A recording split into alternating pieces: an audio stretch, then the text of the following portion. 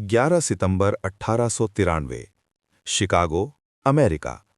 दुनिया के सबसे बड़े धर्म सम्मेलन का दिन। एक ऐसा मंच जहां पूरी दुनिया की नजरें टिकी हुई थीं। यूरोप, अमेरिका और अन्य देशों से आए हुए बड़े बड़े विचारक। और उन सबके बीच केसरिया वस्त्र पहने हुआ भारत का एक युवा सन्यासी। नाम स्वामी विवेकानंद। ना कोई परिचय, ना कोई सिफारिश, बस एक अटल विश्वास और भारत की आत्मा।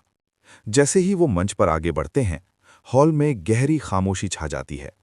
फिर वो बोलते हैं, अमेरिका के भाइयों और बहनों। अगला पल पूरा हॉल तालियों की गर्जना से गूंज उठता है। ये सिर्फ शब्दों का स्वागत नहीं था, ये मानवता के संदेश का स्वागत था। तालियों के शांत होते ही विवेकानंद बोलना जारी रखते हैं। मुझे गर्व है कि मैं उस धर्म का अनुयायी हूं जो दुनिया को सहिष्णुता और सर्वधर्म स्वीकृति सिखाता है। ये धर्म किसी एक ग्रंथ तक सीमित नहीं, ये धर्म पूरी दुनिया को गले लगाता है। उनके शब्द हॉल की दीवारों से टकराकर सीधे लोगों के दिल में उतर रहे थे। वो कहते हैं, हम सिर्फ दूसरों को बर्दाश्त नहीं करते, हम उन्हें अपना मानते हैं। ये बात पश्चिम के लिए नहीं थी, पर भारत के लिए संस्कार। फिर विवेकानंद धर्म के नाम पर होने वाली नफरत पर प्रहार करते हैं। धर्म के नाम पर अगर खून बहाया गया है, तो सबसे ज्यादा इसी पवित्र शब्द के नाम पर। उनकी आवाज में कठोर सच था और आंखों में दुनिया को चेतावनी। अगर ये नफरत और संघर्ष बंद ना हुए होते, तो ये धरती कब की नष्ट हो चुकी होती। हॉल बिल्कुल शांत, हर शब्द अपना असर छोड़ रहा था।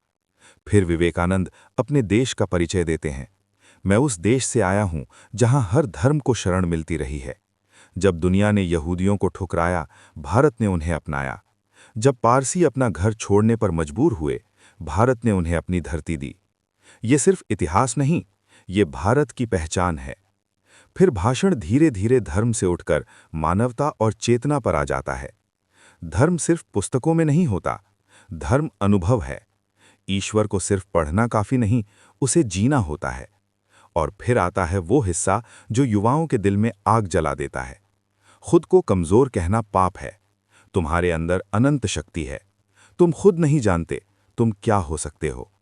उनकी आवाज अब सिर्फ भाषण नहीं, गरज बन चुकी थी। उठो, जागो, और तब तक मत रुको जब तक अपना लक्ष्य प्राप्त ना हो जाए। ये शब्द सिर्फ 1893 के नहीं थे, ये आज के युवा के लिए थे। तुम्हारे लिए, मेरे लिए, हम सब के लिए। फिर विवेकानंद दुनिया को एक आखिरी संदेश देते हैं। पूरा विश्व एक परिवार है। जब तक एक भी व्यक्ति दुखी है, तब तक कोई भी सच में सुखी नहीं हो सकता। ये भाषण धर्म सम्मेलन का हिस्सा नहीं रहा, ये विश्व चेतना का घोषणा पत्र बन चुका था। अंत में विवेकानंद शांत स्वर में कहते हैं, मेरी कामना है कि सभी धर्म एक दूसरे को समझें, ना कि एक दूसरे से लड़ें। और जैसे ही वो रुकते हैं, पूरा हॉल खड़ा हो जाता है। तालियों की आवाज नहीं रुकती, आंखों में आंसू हैं और मन में परिवर्तन। उस दिन अमेरिका ने सिर्फ एक भाषण नहीं सुना, उस दिन दुनिया ने भारत की आत्मा को सुना। एक सन्यासी ने साबित कर दिया, भारत सिर्फ एक देश नहीं, भारत एक विचार है। और स्वामी विवेकानंद अपने शब्दों के साथ अमर हो गए।